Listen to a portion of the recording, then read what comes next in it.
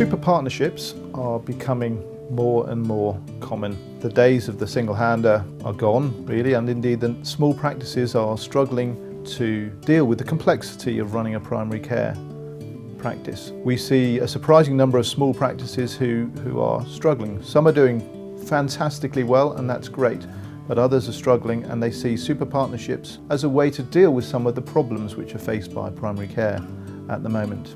The benefits can be that you're operating at scale. You can specialise more, both in terms of clinical specialisation and administrative specialisation, effectively creating shared services between practices, perhaps sharing HR functions, procurement functions, those sorts of administrative functions, perhaps practice management. Also, you can get economies of scale in your procurement. And of course, one of the reasons that practices think about super partnerships is also that they find that the commissioners are frequently keener to contract with larger entities. So it can help you increase your sources of income, and also it gives you a seat at the table. As a bigger entity, you're going to have a bigger seat at the table when discussing the future of healthcare locally. So those are reasons why practices consider super partnerships, but they go about them in different ways. Now, we see two extremes of the model, what we call the centralised and the decentralised super partnership. Now, an example of a centralised super partnership is where most of the functions are operated by a single management board who run the practice, and they make most of the significant decisions across the whole business. Think of it more like a corporate type structure, like you might see in a non-healthcare type environment. There are some of the super partnerships go down that route, and often they go that way because they've started from a relatively small size and have grown by a strong management, strong leadership.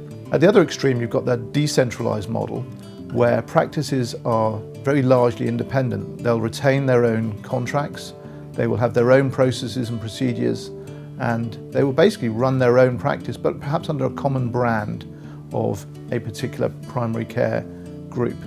They will share some things where it makes sense, such as the HR, such as procurement, but generally most things happen in the individual practices.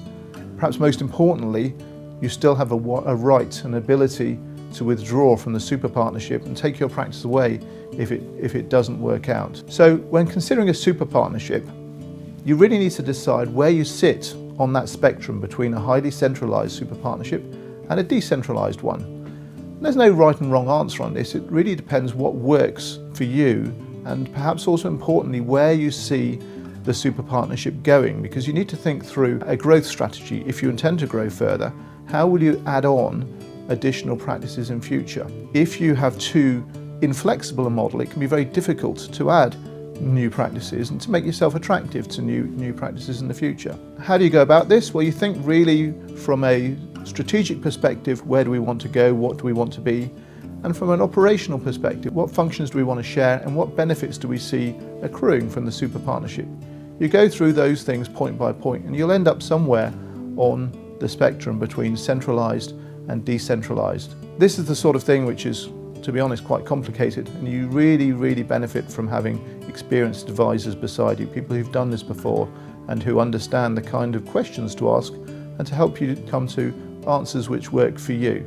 There is no one size fits all, but there are certainly things which you can do which some work better than others.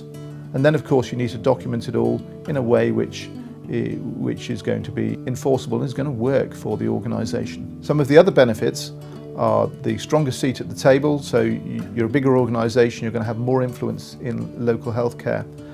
And at the moment, of course, we all know there are recruitment issues in primary care, and by being a larger organisation, you should be able to offer different career paths for different professionals.